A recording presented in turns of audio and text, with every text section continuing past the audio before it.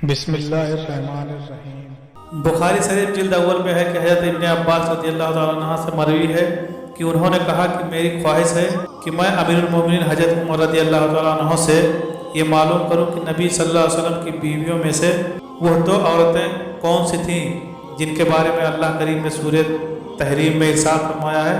آپ کہتے ہیں ایک مرتبہ میں نے حضرت عمر کے ساتھ حج کیا، آپ راستے سے مڑے تو میں بھی چھاگل لے کر ان کے ساتھ مڑا۔ وہ آگے چلے گئے اور اپنی حاجت پوری کی۔ جب واپس آئے تو میں نے ان کے ہاتھوں پر پانی ڈالا، انہوں نے وضو کیا تو میں نے پوچھا، اے امیر المومنین، اللہ کے نبی کی ازواج میں سے وہ کون سی دو تھیں کہ جن کے بارے میں اللہ عز و جل نے فرمایا اگر تم دونوں اللہ کی جناب میں توبہ کرو تو بہتر ہے۔ حضرت عمر نے فرمایا، اے ابن عباس، آپ پر تعجب ہے، یعنی آپ کو پتہ نہیں، اس سے عائشہ اور حفصہ مراد ہے۔ یہ کہہ کر آپ نے پورا واقعہ بیان کیا اور فرمایا، میرا ایک انصاری پڑوسی مدینہ کے بلند دیہات میں بنی امیہ بن زید کے گاؤں میں رہتا تھا، میرا بھی پڑاؤ اس کے ساتھ تھا۔ ہم باری باری حضور نبی کریم صلی اللہ علیہ وسلم کی بارگاہ میں حاضر ہوتے تھے۔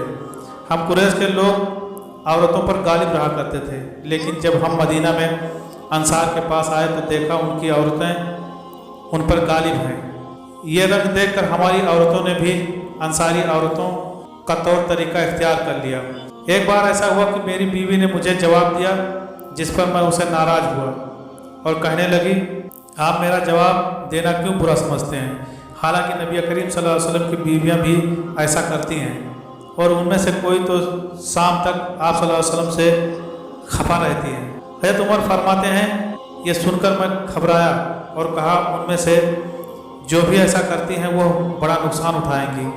پھر میں نے اپنے کپڑے پہنے اور اپنی بیٹی حفصہ کے پاس چلا آیا۔ میں نے حفصہ سے کہا، کیا تم میں سے کوئی سارا دن اور رات رسول اللہ صلی اللہ علیہ وسلم کو غصہ میں رکھتی ہیں؟ حفصہ نے کہا، ہاں۔ میں نے کہا، جو ایسا کرتی ہے وہ تباہ و برباد ہوئی۔ کیا تم اللہ کے غضب سے نہیں ڈرتی کہ اس کے رسول کو غصہ دلاتی ہو؟ یاد رکھو، ایسا کرنے سے تباہ ہو جاؤ گی۔ رسول اللہ صلی اللہ علیہ وسلم سے نہ تو بہت فرمائشیں کیا کرو اور نہ جواب دیا کرو، اور نہ آپ سے ناراض ہوا کرو، اور اگر تجھے کسی چیز کی ضرورت ہو تو مجھ سے مانگ لیا کرو۔ تو اس دھوکے میں مت آ، تیری ہمجولی تجھ سے زیادہ خوبصورت ہے اور رسول اللہ صلی اللہ علیہ وسلم تجھ سے زیادہ اسے چاہتے ہیں۔ اس سے امیر المومنین کا اشارہ حضرت ام المومنین عائشہ رضی اللہ تعالیٰ عنہ کی طرف تھا۔ حضرت عمر فرماتے ہیں، پھر ایک دن ایسا ہوا کہ میرا انصاری ساتھی مدینہ سے واپس لوٹا تو زور زور سے میرا دروازہ کھٹکھٹانے لگا۔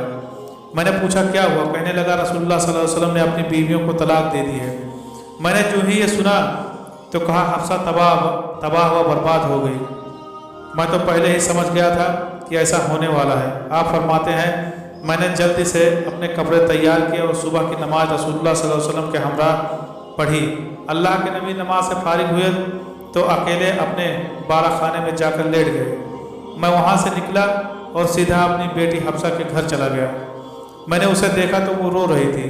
میں نے کہا، کیا میں نے تجھ کو پہلے ہی نہیں سمجھا دیا تھا؟ اب بتاؤ، کیا واقعی رسول اللہ صلی اللہ علیہ وسلم نے طلاق دے دی ہے؟ وہ کہنے لگی، مجھے نہیں معلوم، آپ رسول اللہ صلی اللہ علیہ وسلم سے جا کر بالا خانے میں پوچھ لیں۔ میں وہاں سے نکلا تو دیکھا کچھ لوگ مسجد نبی شریف کے ممبر کے پاس بیٹھے ہیں اور ان میں سے کچھ رو بھی رہے ہیں۔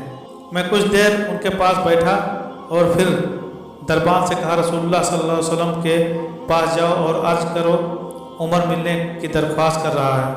دربان نے حضور نبی کریم صلی اللہ علیہ وسلم سے میری عرض پہنچائی، مگر آپ نے خاموشی اختیار فرمائی، یہاں تک کہ دربان واپس آیا اور مجھے تمام بات کہہ دی۔ میں یہ خاموشی سمجھتا تھا، لہٰذا میں واپس مڑا اور دوبارہ لوگوں کے پاس جا کر بیٹھ گیا۔ پھر کچھ دیر بعد میں دوبارہ اٹھا اور ملاقات کی درخواست کی، مگر پھر حضور نبی کریم صلی اللہ علیہ وسلم نے خاموشی اختیار فرمائی۔ بس جب تیسری بار میں نے غلام کو اندر اجازت کے لیے بھیجا تو پھر اس نے باہر آ کر وہی کہا۔ میں مایوس ہو کر واپس لوٹنے ہی والا تھا کہ غلام نے مجھے کہا، اے عمر، رسول اللہ صلی اللہ علیہ وسلم نے آپ کو اجازت دے دی ہے،